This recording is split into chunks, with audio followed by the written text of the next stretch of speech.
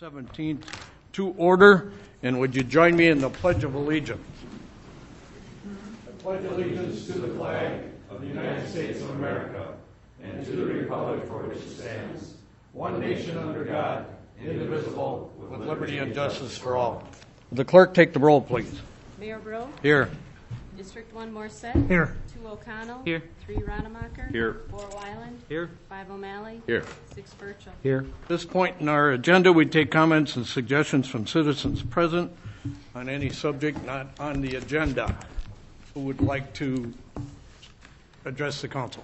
Yes, sir. Please come forward. Identify yourself. My name is Dave Selwison. I live at 1616 Summer Street, across from E.B. Rock School. You were here at the last meeting. 2 meetings ago. 2 meetings ago, I'm sorry. I guess I prepared something here I'd like to read from that helps Sure. me to organize my thoughts. Almost a month ago, I stood here and respectfully asked the council to come up with a plan, a timeline for addressing adequate police funding to put more officers out on the street, and more specifically, around the highway corridor. At that meeting, Paul Rademacher outlined a way to fund an additional patrol officer, but withdrew his motion when there was discussion to wait until the permanent police chief is named. Apparently, the police and fire commissioners are still in the process of hiring a permanent police chief. Since that council meeting I spoke at in November, we've had an armed robbery at the bowling alley near the highway and very close to our residential area. This to add to all of the other incidents that have taken place this year. We feel that there needs to be direction given by the council tonight as to how they are going to address this public safety situation. We find it hard to imagine a police chief that would not welcome an additional patrol officer.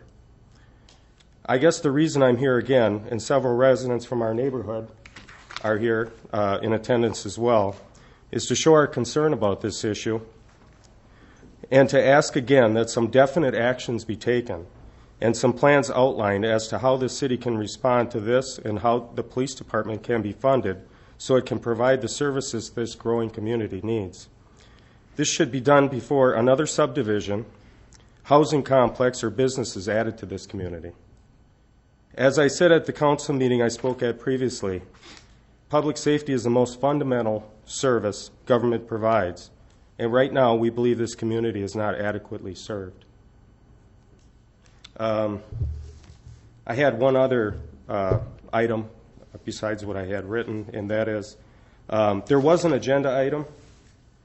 I believe it was under new business, C, Police Department 2007 Incidents and Statistics. I know this was on the agenda until this afternoon, and I guess I'm wondering why it was stricken. We had a discussion with the acting chief, and we felt that discussions of that sort should be done by the safety committee and individuals who were interested in those particular facts. And we couldn't put it on a closed session, so we did eliminate it from the agenda. So, I mean, would it be under closed session if the safety committee is going to be talking about this? No, I'm suggesting that the safety committee take it up in their future agendas. Okay. Okay? Well, I guess, we're concerned about this. I understand. And we feel like there hasn't been much done. And it's time. And according to what the council said, they are not going to do anything until we get a chief. Well, do you want a chief that is not going to agree that you need more officers? I don't want a chief, and I How don't long want is it this. going to take? Can I finish? Well, when you let me. Are you done? I'm done. Okay, now I'm sorry. That goes Okay. both ways. No, you're not done because you're talking. You go ahead. Okay? The council decided at that particular time that they felt let the new chief decide what things are going to be done, and the manpower, and the promotions, and whatever was on that particular agenda. And they agreed wholeheartedly to do it in that particular fashion. Now, it's only going to be a couple of weeks before we do have a chief named. May I ask? Are you? I'm sorry. Can I just make a comment? It's not on the agenda. Comments and suggestions are just not for substantive discussion of items that aren't on the agenda, they're for identifying issues or topics of concern, but we can't have a substantive discussion on it since it's not on the agenda. Well, I'm asking why it's not on the agenda. Well, and it was answered, and I just think when we start having a lot of interchange and a lot of questions by council, we're getting into a substantive discussion, which we can't do because it's not on the agenda. Sure. No, I understand that part of it. The thing is, we're concerned. We're not the only ones. There's a lot of neighbors here, and a lot of them that we spoke with in the last few weeks, and we feel like there's not much being done. And, you know, there was an opportunity on the agenda to talk about this one more time. You folks should be talking about it until it's taken care of. And that's the way we feel, and you're not. So you can keep striking it from the agendas, but you're going to have to deal with it someday. We will And when the the sooner chief the gets better. here. Thank you for your comments. Anybody else? Bob? Oh, somebody's ahead of you, Robert. I don't walk too well these days. Ooh, careful. Lee Rayfield, and I live at the corner of Summer and 17th, right where the cut addition began, but I was there before when it was still a field. We've lived here 30 years, and I watched Hudson grow, and I've only been down here once many years ago to attend and speak before the council, and part of it is because I think you've been doing a great job up to this point, and I know you're concerned, too, about the what's going on with the crime, I guess. And the only thing I want to say is I'm behind the council's concern, and I'm concerned, and we've met with Eric, too, and I know this is a difficult choice to make, and you're doing the best you can. Just to let you know that there are a lot of us there that are concerned about people working up there and our neighborhood. So we appreciate everything that you do to help this move forward. We appreciate your comments, Lee. Thank you. And our acting chief is doing some things that maybe you want to, as neighbors, check with him. I had discussions with him in the last week, and there's some things that are doing that I think will surprise all of us and certainly put us in a better position to handle that particular area. Right, Eric? Absolutely. So if you want to get those details, get a hold of Eric in the next couple of days, and he will fill you in. Okay? Anyone else? Bob, you're up.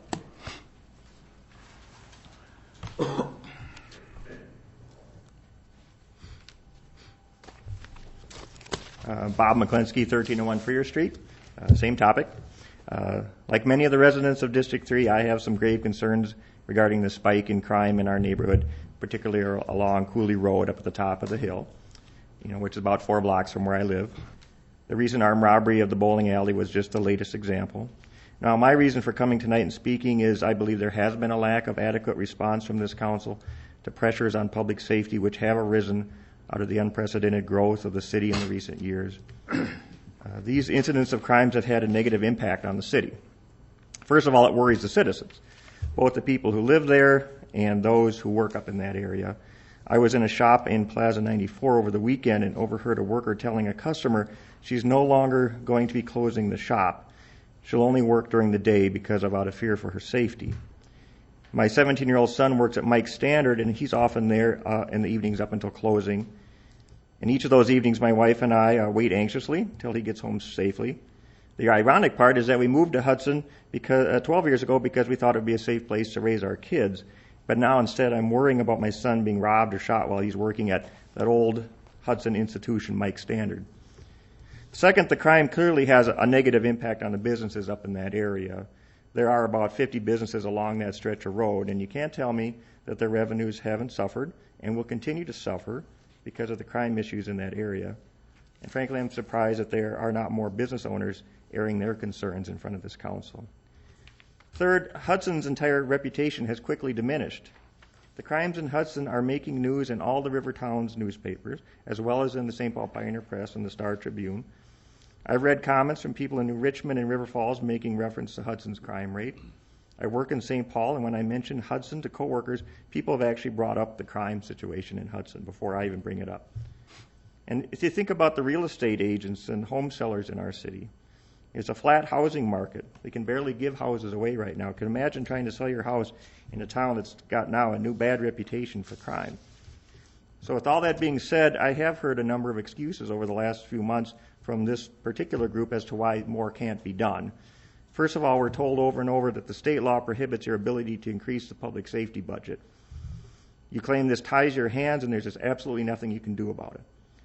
We're also told that the extra tax income from the Hudson Business Park tax increment financing isn't going to be available until sometime in the future, and so again we're told to cool our heels and just wait it out. And lastly, I read an interesting comment by Mr. O'Malley in the newspaper recently. He said things have been, and this is his quote, derailed in the police department ever since Chiefs Smith and Atkinson have been in charge.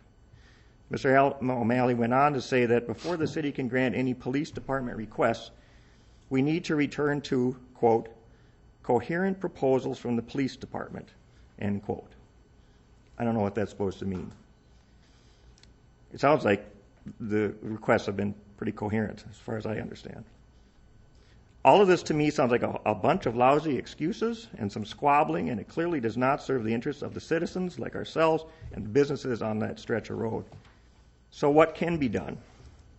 Despite the arguments that the city does not have enough money, there is absolutely nothing holding this council back from placing a referendum in front of the citizens to raise the money to bring the public safety budget up to where it should be. A recent online poll in the Star Observer website asked this question: should the city of Hudson have more police officers? There were 194 people who voted, and that's quite a bit for one of these polls, and 82% said yes. That's 82%. I call that overwhelming support for some action. Then they had a second poll, and they asked, would you support higher taxes for expansion of the Hudson Police Department? 225 people voted. 58% said yes. In my estimation, when you get 58% of the people to agree that they would raise their own taxes, that bodes pretty well for a referendum, should you ever bring one.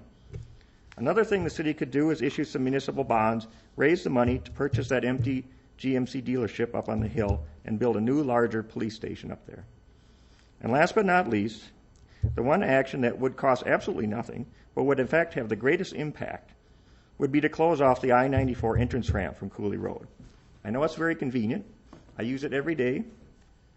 But I wouldn't hesitate for 1 minute, and I'd be willing to bet that there's a lot of citizens up there who would not hesitate for a minute to give up that minor inconvenience of that entrance ramp if it meant getting that hill area back to being a safe area to live and work again. Thanks. Thank you for your comments, Bob. Anyone else?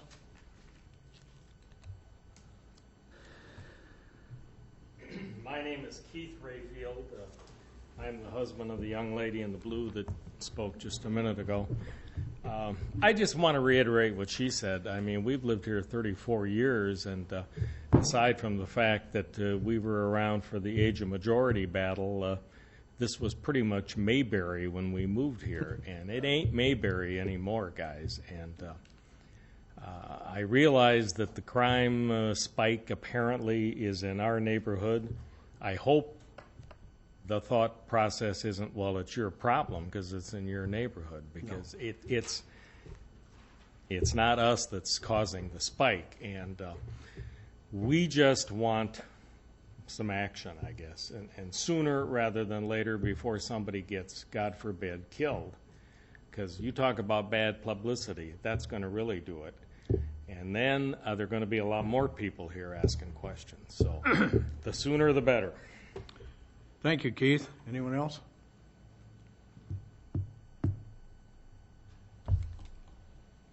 Any comments? I would just say that I'd certainly like to invite Bob down to my office, because some of the things that he brought up are just not absolutely, we're not absolutely capable of doing that because of the restrictions, and I'd like to explain some of those to you, Robert, if you wouldn't mind. Stop in, and I think everybody probably feels the same way. Other than that, if I may make a very short comment, because in line with our attorney's comments on this, there has been a depiction here tonight that perhaps Eric Atkinson and I are at each other's throats, and that's entirely untrue. Eric and I have had substantive conversation about these issues. We both agree that it is better to move forward than to look back, and that we will be hearing some proposals for protection of the, as I call it, the I-94 corridor. Eric and I spoke about it today at some length, and the mayor is absolutely correct that Eric will be coming forth with some plans.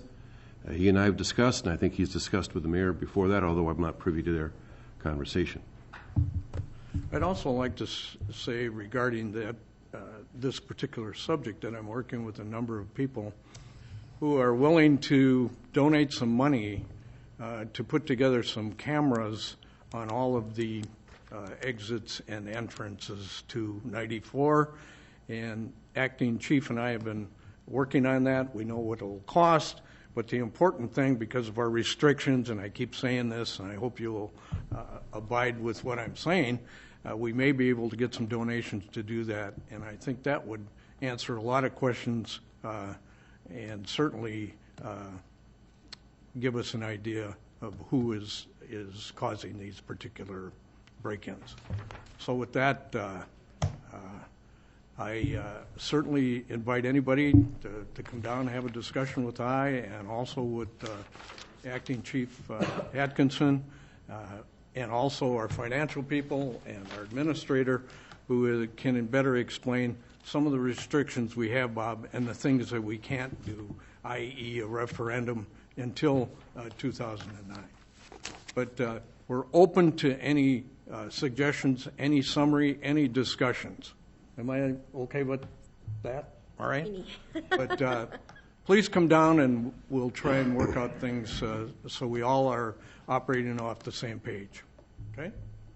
Thank you very much for your comments. Anyone else have any regarding any? Okay. Let's go to the consent agenda items, and the clerk will verbalize those for us. To approve the regular meeting minutes of December 3rd, 2007. To approve claims for payment in the amount of $1,135,735.93. A detailed description is available in the clerk's office for inspection. To approve the issuance of one regular operator's license for the period December 18th, 2007 through June 30th, 2009. Additional information is available in the clerk's office on request. To approve the renewal and issuance of a secondhand jeweler dealer's license to Richard W. Inlow, doing business as Richard's Jewelers Incorporated, 523 2nd Street, Hudson, Wisconsin. To place on file the quarterly reports of the wastewater superintendent and street department, the Hudson North Hudson Community Access Board minutes of December 11th, 2007, and the Public Utility Commission minutes of October 9th, November 6th, and December 11th, 2007. That is all. What is your pleasure on the consent agenda? Move to approve. Second. Roll call vote. Morset? Yes. O'Malley? Yes. Wyland? Yes. Burchell? Yes. Rademacher? Yes. O'Connell? Yes. Motion is carried. Let's go to Plan Commission application for a conditional use permit by T&T Collision Center Incorporated for an auto repair and body repair garage at 1701 Cooley Road. Tom and Tammy Detweiler. Denny, would you give us an executive report on that and the recommendation from planning?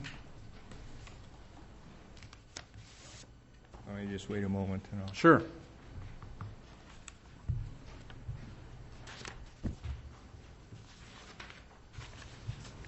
The Plan Commission recommends approval of the issuance of a conditional use permit for an auto repair and body shop repair garage at 1701 Cooley Road with the following conditions. The number of damaged vehicles to be stored outside to be limited to a total of 3 and within a designated area per the application.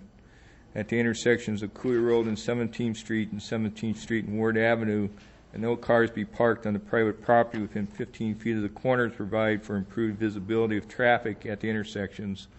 Also, I just mentioned at Datweiler's, if the Common Council was agreeable to approving this, we wouldn't want snow stored there either, blocking the visibility. And last but not least, the review of the conditional use permit be required 1 year after occupancy of the building. The Datweilers are here tonight to answer any questions that you may have, or if I may answer any questions for you regarding this proposed condition. Did everybody get a copy of the remodeling Well, they didn't get a copy of the colored Picture? picture. What they're going to do is reside. The colors of the residing really wasn't reflected correctly in that perspective that was provided. It's kind of a mocha color with a dark reddish brick color on the canopy. So they are matching colors. They do a job similar to what Erskine Floors did adjacent. They put a new building facade on the. Looks very nice. I think it's going to add to that particular area, and I had a copy of that in Planning Commission, but I don't see it here. Concerned that the colors are not correct and. Well, showed the concept. I'll move for approval on committee recommendation. There's a second? I'll second. Could I just add one comment, Denny? There's one thing you sometimes get complaints about when Denny Hecker was there was when they parked him right on those corner. That's one of the restrictions. Yeah. Well, I agree with Devin. Is 15 feet going to be enough there? I mean, it's 15 feet, 2-car width, plus you got the depth. okay. I think we start there. I think the DATWARs have been they've very expressed a willingness to cooperate with the city. I think we do have concerns there that I think that please comment. But I think they'd be agreeable to working with us. Tom and Tammy did mention that if that's not adequate, they're willing to any change. I just think it's important. It's such a difference to have the visibility there. Well, we talked about putting up fences, and that's more of an obstruction, and if you only have 3 vehicles there, probably for anywhere from 12 to 24 hours, I think we're going to be all right. And if safety sees some particular problem with the 15, then we can change it. And I'm sure they're going to comply, and I see Tom bobbing his head back there. This is an issue even before they made their application. Was made clear to them that it's something the city would want to address. They've been very cooperative from the very beginning on that particular issue. All in favor? Aye. Oh, I'm sorry. Do you have a comment? Yeah, I'm going to recuse myself from this. Okay. All in favor? Aye. Opposed? Motion's carried. Good luck to you, and keep checking with us. Let's go to short-term borrowing of $243,000 GO promissory notes, resolution number 16-07.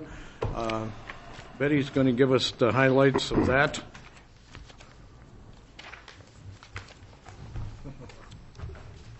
With the adoption of our 2008 budget, we adopted a $243,000 capital outlay budget that would be funded with short-term financing. I've obtained 3 quotes from the local banks to do the short-term financing. It would be a loan that would be taken out January 1st, paid back April 1st. And the quotes that I received today were from Citizen State Bank at 4.6%, Associated Bank at 3.95%, and Main Street Bank at 4.45%. I recommend to the council tonight that they award it to Associated Bank and adopt the resolution for that. And recommendation from finance is the same. So moved. Well, we need a motion. We need a Suspend the rules. suspend the Oh, I'm rules. sorry, we didn't do that in finance, yeah. Second. That's a on the- motion. on the We got a motion. second? Okay. All in favor? Aye. Somebody along there. All in favor? Aye. Okay, now. I'll renew the motion to accept the bid from Associated Bank at 3.95% for the loan. And adopt resolution And adopt, 16.07. yes, thank you again, adopt resolution 16-07. All in favor? Aye. Opposed? Motion's carried. Let's go to 2008 capital projects and long-term borrowing. You want to give us the same Want background you did for finance, Betty? I can go a little bit longer if you'd like. No, not really. Okay. For the 2008 capital outlay budget, there was approximately, we originally started with about $3 million worth of capital requests. After meeting with committees, it was brought down to $1.4 million, or almost $1.5 million. I have attached a list of all the additions and subtractions that we had gone through, and those are all in red, and I think we've gone through them enough in committee that you guys are pretty aware of them. With this type of budget, we would require that we'd have to go for long-term financing, which would be notes, a 10-year note that would cover this. expenditures. So at this point, I need council approval to adopt this budget for 2008 and to proceed with Ellers to get financing for 2008 and being in the spring. Betty, I have a question under Public Works, page 2 of 2. Mill and overlay, is that just a general maintenance upkeep line item? We need to do that every year, otherwise eventually these, if I may answer that for you, Betty. Yeah. We assess the paving of all the streets in the city on a periodic basis, and those that are most in need of help are what we schedule for mill and overlay. If we don't do mill and overlay, which is about 1.5 inches of the top, we're going to start digging down 6 inches and replacing roads. Okay. Maybe you want to give Mr. Morissette a copy of that long-range planning for the streets and which ones are more important than the others. Yep. Yeah, okay. Well, I think this council in the past has done an excellent job in restricting our capital projects to $1 million. With some of the restrictions we've had from Madison, and I keep repeating myself on this, we really have to move in this direction to make sure that at least we're going to have some equipment to do some of the things we need, and capital projects are an important factor in running the city. So we're moving up from $1 million to $1.5 million, and chances are this will continue to happen in the next couple of years. Jack, and I guess Betty, if we can clarify on some of the points that were brought up, and I don't know if this is the place to bring it up, why we can and can't do anything with this with the police department, so people know why. I think that when you look at the tax levy, we look at the tax levy in 2 sections. We have an operating levy and we have a debt levy. The tax restrictions are on the operating levy, and the state restricts us on that portion of what we can levy to keep the city running. Over the years, with that operating levy being restricted, we have been unable to meet some of our expenditures that we used to have before. So what we've done is remove those from our operating levy, such as for police cars. We used to buy those with our operating levy. Now we are getting short-term financing for them. This is in order to just meet the standard and the minimum amount of our budget. For instance, this year we went up $328,000 in our operating levy. We were able to do that because we did some debt restructuring. It helped us in a sense that we were able to meet the 2007 budget with no increases except for those that had been negotiated with labor for the police department. In response to the people that were here, we have budgeted, I believe it's $170,000 increase to our police department. Out of that $328,000, $170,000 of it went to the police department, $40,000 went to ambulance, and $40,000 went to fire. So the majority of that budget, of that $328,000 increase, went to public safety. The city's looking at a 0 increase in all the other departments, and making operations pretty hard when you have increased utility expenses and other expenses with the city. Outside of the levy limit is your debt levy. That's where we remove some of those things that we could get financing for and levy taxes outside the debt levy for.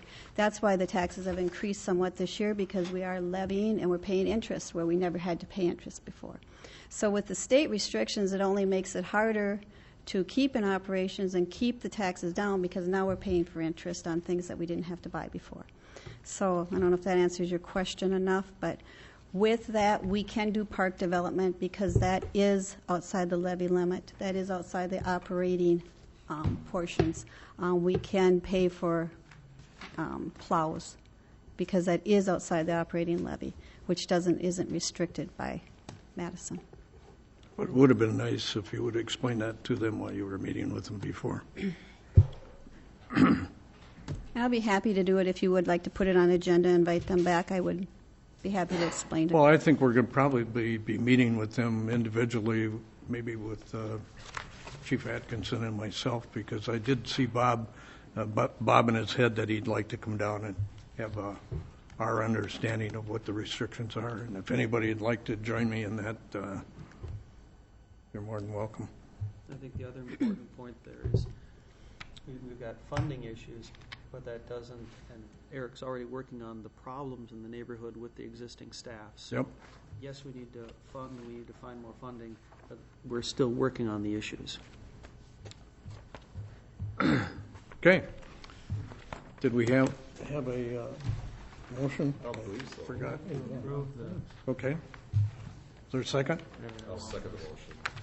All in favor? Aye. Opposed? Motion's carried.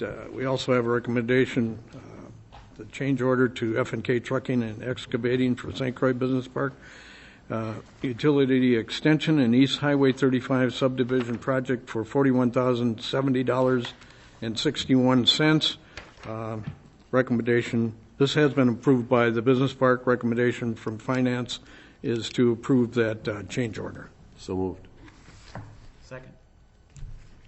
Any discussion or questions? I would like to emphasize to anyone listening to us that this is business park money, not taxpayer money.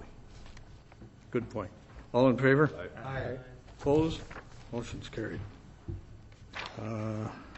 Public Works Committee. Approval of 2008 service charge rates. Scott? We are asking again, as we do annually, for a 3% increase in the service charge rates that we charge for work done for other entities and also for use of our equipment. 3% is in line with the cost of living increase. And I will move for approval. All in favor? Aye. Opposed? Motion's carried. St. Croix County proposal for improvements to Carmichael Road. This was a agenda item that brought us lengthy discussion in Public Works this evening. There are still some unanswered questions about the widening of Carmichael Road at Cooley. Primarily, we would need to acquire some land from the adjoining neighbor. A letter has been sent to Florida for that purpose, and we're awaiting response. Okay. Information only at this point. Mm-hmm. Let's go to Park Board.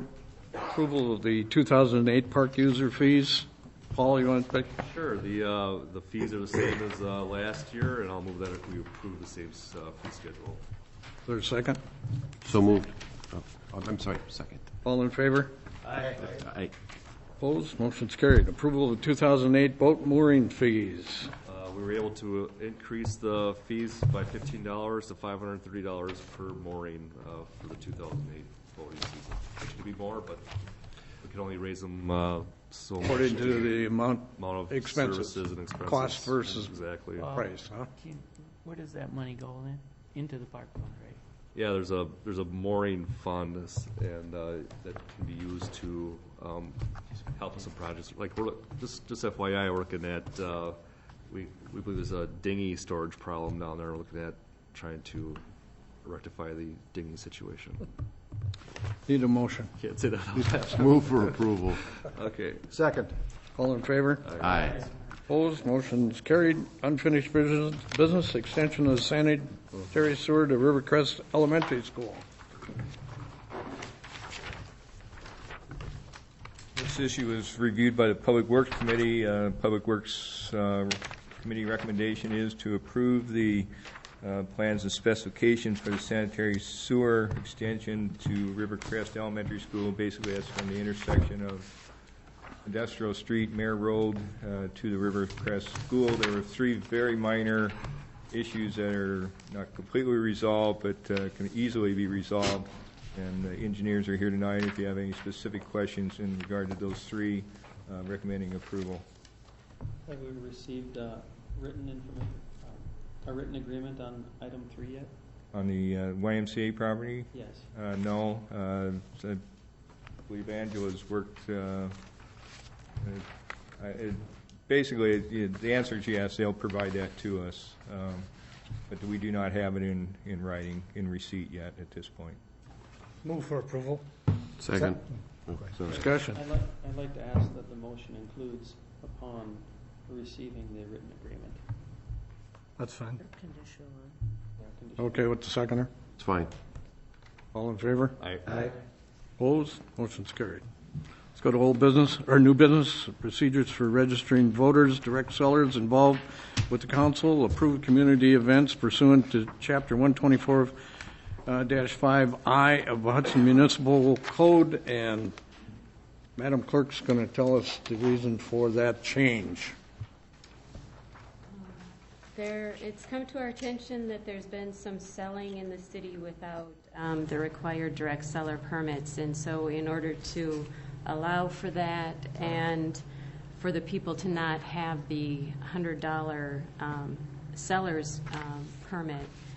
If council approves the event and the vendors at the same time, then they can register their vendors and not have to pay that fee. So They we're all trying come to under work- that umbrella? Mhm. Nancy, is there any way possible to make this less complex? This is, I mean, Hot Air Affair has what, 45? 45 vendors? And we're gonna give this to the police department to check out every vendor? They're going to review it.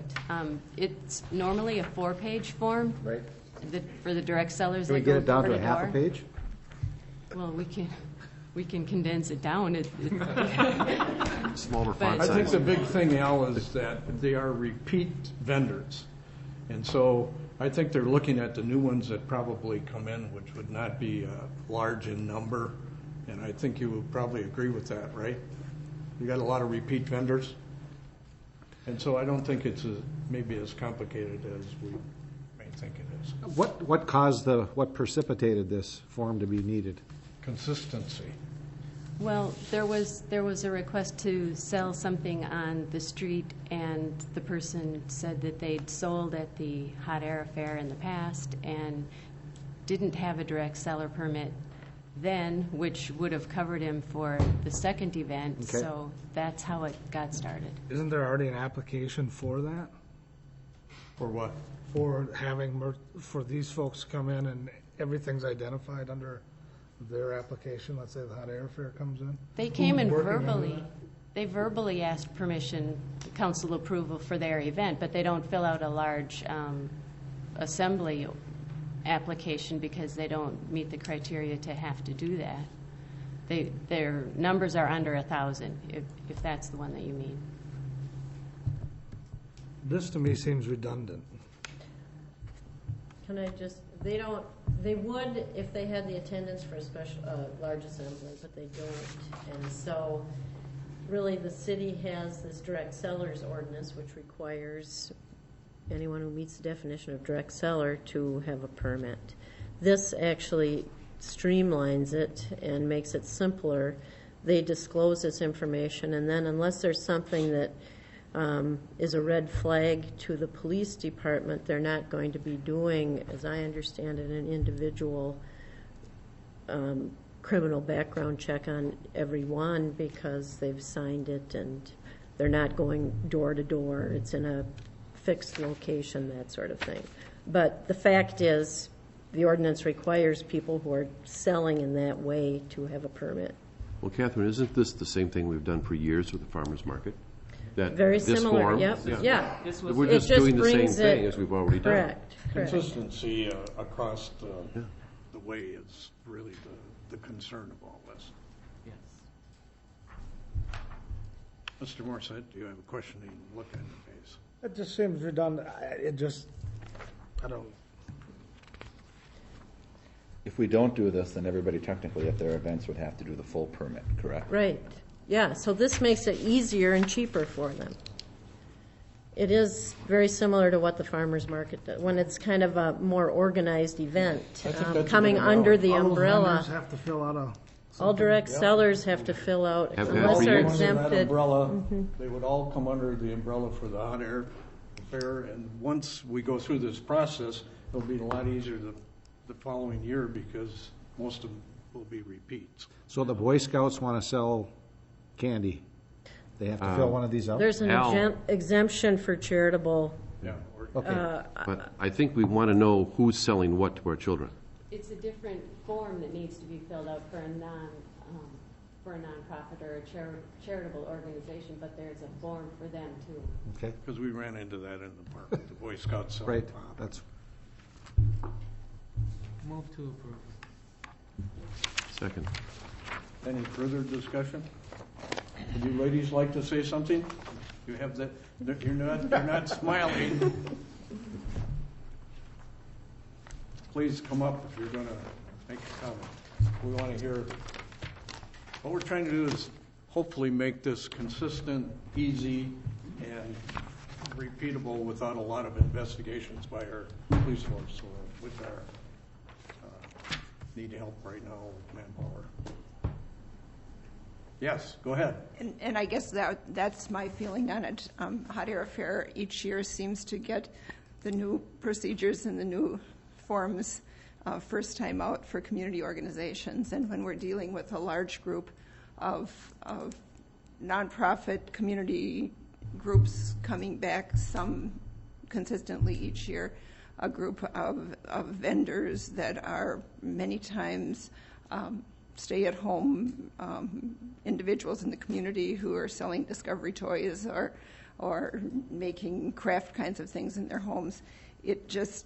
We questioned, and I had a lengthy talk with Nancy about what we're trying to accomplish with this particular process. It just seemed to be very cumbersome and more labor-intensive for the police department and for community organizations to go through this process than what the payoff was in the end. And if we're looking at trying to minimize non-necessary paperwork for city employees, it just seemed to include more of tracking down more information and verifying things that I'm not sure in the end. Well, in 2008, we're going to be faced with a similar large amount of people coming in for the hoopla and also the walleye tournament. And unless we have some consistency across the board, I think it's going to be difficult for all of us to say, yes, you're a vendor, or no, you're not a vendor. And I think once this is in position for a year, it'll be a lot easier than maybe we were anticipating. What do you think, Chief? Well, it's something that if you're going to do for one, you should be doing it for Exactly. So if the direction by the council is that everybody has to drill these elements in line with the ordinance, then the police department will help out and do the best they can to make sure that that ordinance is followed to the completion. I think a lot of those vendors have been there before, and it probably is not going to involve a lot of. Couldn't you have some of your casual people do that? It's a possibility. Oh, really? To look at. I'm serious. It is Yeah, a possibility. me too. Because of adjustments that were made in our casual call. Yeah, rather than taking a full-time officer. Go ahead. Understand this, back to the original purpose of this, we had an ordinance on the books that you weren't following. And so we have two options: change the ordinance, or be streamline consistent. the process. Well, we were There's following other it ways. with some. I know the And now farmer's some. market is where, I was on the safety committee when we came up with this original, Right. the first draft, because that's where they were the original group that it started with. And then we made the ordinance, but now we want to just, all vendors need to come in. It's following in line with some of our other efforts to enforce the sign ordinances and enforce some of these other things. Well, the flexibility of a vendor under the one celebration, he can move from one celebration to the next without, having to. Approved, Yeah. Any other comments? But it's my understanding that by filling out these forms, we're seeking an exemption from them paying that $100 fee, correct? Right. Just like we did with the, what? Farmers market, yeah. So then is there in the any- final analysis, it's better for the vendors, right? Or do you want to charge everyone that's a vendor at your celebration, Well, have them pay $100? And I guess that's a question that you need to ask the community volunteers who are doing these organizational kinds of things as to, what are the steps that we do need to go through and what makes for the best decision for the community and for continuation of the event. So is there a fee involved at all here? Someone said earlier about a No. fee. No. I thought No fee. there was one $100 fee Yeah, from the, that's what like the for farmer's market had to pay $100. Well, yeah, one. It covered, they could have Everybody. had 50 vendors, It's but a they blanket. only had to pay $100. And they could have charged each vendor $1 or Of course, they're not a community But event. but See? So it's the same idea, but a community event is actually exempt from the fee at all. right. Okay, This takes place on public property. yeah. Say that again, Farmers market's Catherine. on private property. You said- I will just say one thing. Direct Sellers is a I mean, it's an ordinance that is difficult to work with, and just for your thought and consider, it's not something that a city is required to have. But what happens if you don't have the ordinance? It could be chaos. Right, with transients, I mean, there is a real important purpose on that, so I'm not really suggesting that you just The day before the eliminate it. event, a guy comes from hypothetically St. Cloud and sets up, and he's there, and we don't know anything about him. It's nice to have that information. Well, I should just look at do we have the code here? Yeah, right here. And we don't disagree with that. We provide information on the balloonists, the insurance, all of the kinds of things. So we're not questioning that.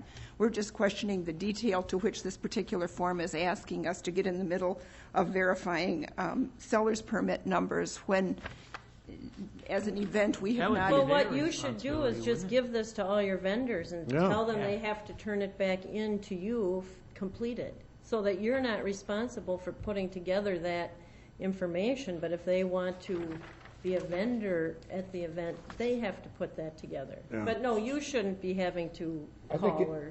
Abby's question is Wisconsin seller's permit.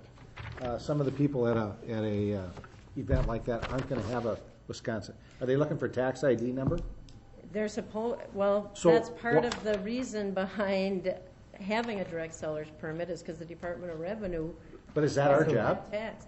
It's not an ordinance you have to have, but you have it right now. The city We has say it. we have to have a seller's permit and they provide a tax ID number for someone to sell in our city? Yeah, that's Yeah. what your ordinance. Everybody, not charitable, a tax ID Charitable number. has to register. I have to look Yeah. at the ordinance because I can't keep it all in my head. Well, how many of your They have to be vendors are gonna registered be, and approved. people that aren't going to, they'll have a social security number. Our concessionaires are traditionally community youth groups who are raising money for church events or school events or Boy Scout, Girl Scout events. And then we have a certain number of vendors, such as the Popcorn Fellow, who has been coming for many years, and then the craft sale, which is a mixture of different local people and some vendors who are coming in from outside the area. I guess our only question was the amount of time for us, for the vendors, whether we need to be in the middle of enforcing whether or not that particular vendor has a seller's ID. That's a decision that they need to work out. Right. And again, what's good use of time for the police department, and in speaking with some people that we spoke with from the Minnesota Festivals and Events Organization, at what point does the city want to get in the middle of approving things that they really don't want anything to do with anyway, or need to have anything to do with? If we provide the data that says these are the people who are here so that we have the information, we take a liability release form from them, and we have their application information so that if there is anything that we need to have follow-up, we have data available. Well, if you already have it, then it's just a matter of providing it to the city. And I don't know if we're asking for seller's permits and some of the things that they're asking for on this form. Well, under the ordinance, if they're required to have a seller's permit, which it would be if you're not a charitable or a nonprofit, they need to have that, and they would have that, and they presumably, if they're operating under the And they law, should. and they should provide it. If they're a charitable organization, then it'd be similar to what the ordinance says. You just provide proof that they are registered under the state statute as a charitable organization. So my question is, who's going to enforce this? So Evie's got, or not Evie, the Hot Air Fair has 48 vendors down there. Are we going to have someone from the city or the police department go down and enforce to make sure that we have 48 certificates? I guess I'm just asking how it works. Well, it's new. I guess they're going to, on good faith, they're presenting to the city that these are the vendors we're going to have at our event, just like anything else, and here's the applications and the information. I don't expect that there will necessarily be someone out and making sure that they have the number they say they have. I think also, Al, it avoids somebody that doesn't get in contact with them, that shows up. Yeah. Tries to sell. And it's there to sell, and we've had that. Sure. Both in the farmers market and other places. So if you I don't know, if you don't think it's necessary, the council doesn't have The other to. thing too is what if somebody gets sick from eating a corner of the cow? Yeah. Now you know who to go after. Right. I mean, seriously. It could Yeah. be So are we involved now because we're authorizing it? That was what the Minnesota Festivals and Events. Yeah, we're person somewhat involved, questioned. absolutely. But it's also on our land, so we're involved anyway. It's on school Well, property. Well, it's not necessarily on city property. This event, though, but I mean, this ordinance is dealing with year-long. And the many complications of go them, on and that's on. Can we keep in mind, we're not trying to institute a new ordinance here tonight. No. This has been in existence for years. We're just trying to, for their benefit, streamline an existing ordinance. make it simpler. Yeah. Form, yep. All in favor? Aye. Opposed? Hey, Motion's carried. Old business, I don't know how this ended up in here again, but consider authorizing the city attorney to prepare possible amendment to municipal code concerning criteria for issuance of temporary Class B retailer's license. At the last meeting, the council directed that it. Okay. I will move that we do so with the provision that you don't start any billable hours. Why don't you? Do you want me to make a- reiterate? Well, if you're going to authorize me to do some work, there's going to be billables, but let me No, make a comment. until next year. Until Oh, wait 2 weeks. I did put it out on the city attorney's listserv, just to get some idea, what do other cities do? Because the statute is broad and vague, not well-defined. And the response I got back, it wasn't an overwhelming response, but I did hear from 3 city attorneys, and they say, you know, we work with the statute as it is, and we deal with them as they come in, and if they're community-type events, bringing, you know, people into the city, they approve them. So after thinking about it for the last 2 weeks, and Nancy did put together a listing of the various, going back to 2000, the permits that have been issued. And there's a variety of different clubs and societies. For the most part, I think they have been, in fact, the vast majority have been within the intent of the statute, I think. And frankly, after thinking about it, I think you're better off just dealing with the statute as it is. And there's this notion in the statute that it's really for, not primarily for a business purpose. And I just think trying to define in advance what is going to come in might box you, put you too much into a box. There may be something that you can't anticipate. I think you have enough flexibility and discretion just dealing with the statute on its own. So my Plus the cost of each time something new comes up, looking into it. Right. My recommendation is just to not have an ordinance trying to define exactly what a person needs or organization needs to be, because it's too difficult, and it will be more expensive, and it may put you in a position where you can't issue a permit in a situation where you would want to. And I think you have enough discretion in the area of temporary licenses and liquor licensing in general, and the statute's kind of broad and vague. It gives you that flexibility that you're going to need in this area. That's my recommendation, that it's just very difficult to define in advance. I'll move the table indefinitely. Well, then. Well, I would just say, no. just. I'll just remove take no I'll rescind my action, motion, and then we don't do anything. Right, that would be my That okay with you? recommendation. Yeah. Okay, let's go on. Let's see, before we go into closed session, communication recommendations of the mayor, appointment to the Hudson Area Joint Library Board. Scott's been serving on that, and I'd like to see that he's reappointed. Need a confirmation on that? Motion? Yeah. So moved. Second. All in favor? Aye. Aye. How come that Oh. comes so early? Just curious. Huh? Why is that now? Why isn't that in April? Because this is when it comes up. Oh, okay. It's just like the fire board comes up in November, and there's different dates for different appointments. So it's not, we're not moving this ahead of any schedule. It was just. Well, it's a good question. He just wanted to make sure I'd be available. No, I thought he was going to appoint somebody from in the community, and because usually that's when we have these, you appoint somebody from at large, and I'm thinking, well, We have done that. We did that earlier this year. And he's, okay. and he's also from the community. Yeah. All in favor? Aye. Opposed? Motion's carried. What else? Before we go into closed session, any alderperson for future agendas, items? Yes, I would like to wish everyone in Hudson a very happy holiday. Same here. Anyone else? Catherine, I have a question. Can I make a statement on what the citizens spoke about? It's a communication. An item for future agenda? No, it's a statement. I guess with no discussion. No. Let's put it on the next. No. Go for it, Dennis. I want to.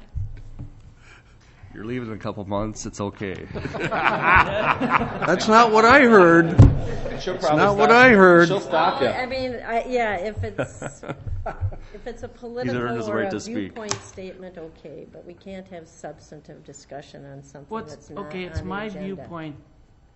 The citizens of this town have the perception that this council has not done anything for public safety, and that we do not get along with Acting Chief Eric Atkinson. And I just would like to say that I believe that perception is wrong. The former chief, when he was here, we hired him believing he would help us lead this department for the next 20 years. And we knew what it needed, and we were willing to work to get what it needed. And he quit on us. So then we went to Eric, and Eric met with all of us. We talked to him. He knows where we are. He knows what we stand for. He understood. He's been in all of our meetings for budget. He knows what we are doing and how come we're doing what we're doing. I just feel that there's a perception out there that we're not doing what we need to do, and it's wrong. And also the perceptions out there that we have manipulated the Police and Fire Commission requirements for the chief. And I just would like to say that those requirements were in place in 1988 and also in 1993. And I'm sure Eric knows that he doesn't meet those requirements, but I still give him credit for applying, because how would the Fire Commission know that you were interested unless you did apply? So I just feel that this council and past councils have done everything we can do for the police department, the fire department, and the ambulance department. Thanks.